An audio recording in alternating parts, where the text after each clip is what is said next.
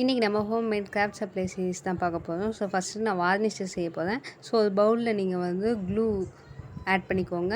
ஒரு table spoon clue add பண்ணிங்கன்னா ஒரே டேபிள் ஸ்பூன் வாட்டர் ஆட் பண்ணிக்கோங்க.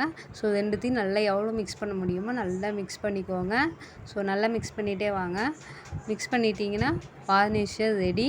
ஸோ நான் இன்னும் கொஞ்சம் வாட்டர் ஆட் பண்ணிக்கிட்டேன்.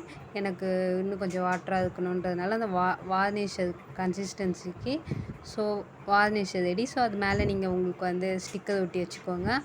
அவ்வளோதான், க்யூட்டான வார்னிஷர் வீட்டிலே அழகாக செஞ்சாச்சு. இது சூப்பராகவே ஒர்க் அவுட் ஆச்சு. டெஸ்ட் பண்ணியும் பார்த்தேன், 100% ஒர்க்கும் ஆகுது. நீங்களும் வீட்டில் ட்ரை பண்ணி பாருங்கள். ஸோ ட்ரை பண்ணி பார்த்துட்டு எப்படி இருக்குதுன்னு மறக்காமல் கமெண்ட்டும் பண்ணுங்கள்.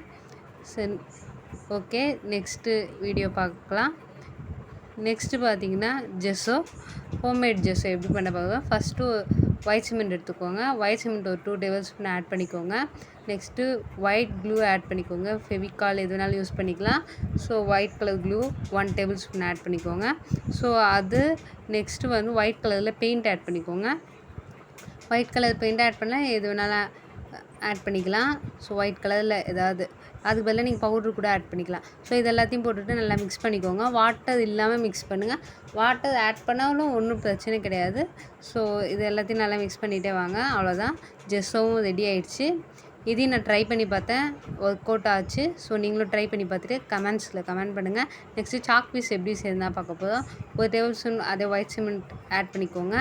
ஸோ ஒயிட் க்ளூ ஆட் பண்ணிக்கோங்க. இதுவும் ஜெஸ்ஸோ பண்ண மெத்தடில் தான் வரும், பட் இது வந்து கொஞ்சம் டிஃப்ரெண்ட்டாக இருக்கும் ஜெஸ்ஸோவோட. ஸோ ஜெஸ்ஸோவில் பண்ண எல்லா ப்ராசஸும் பண்ணிக்கோங்க. ஒயிட் பெயிண்ட்டே ஆட் பண்ணிக்கோங்க. தென் நல்லா மிக்ஸ் பண்ணுங்கள். எனக்கு கொஞ்சம் வந்து வாட்டரியாக இருந்த மாதிரி இருந்துச்சு. அந்த மாவு பதத்துக்கு வரணும். ஸோ நான் மாவு பதத்துக்கு வர அளவுக்கு இன்னும் கொஞ்சம் ஒயிட் சிமெண்ட் ஆட் பண்ணிக்கிட்டேன். ஸோ ஆட் பண்ணி நல்லா கையாலே பிசைஞ்சிக்கிட்டேன்.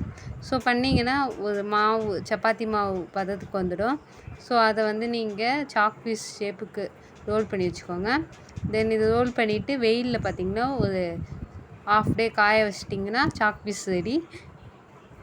ஸோ இந்த கிராஃப்ட் எல்லாம் ட்ரை பண்ணி பார்த்துட்டு எப்படி வருதுன்னு மறக்காமல் கமெண்ட் பண்ணுங்கள். நெக்ஸ்ட் நான் ட்ரை பண்ணி பார்த்தேன், அதே மாதிரி எழுதுது. ஸோ தேங்க்ஸ் ஃபார் வாட்சிங். பாய்.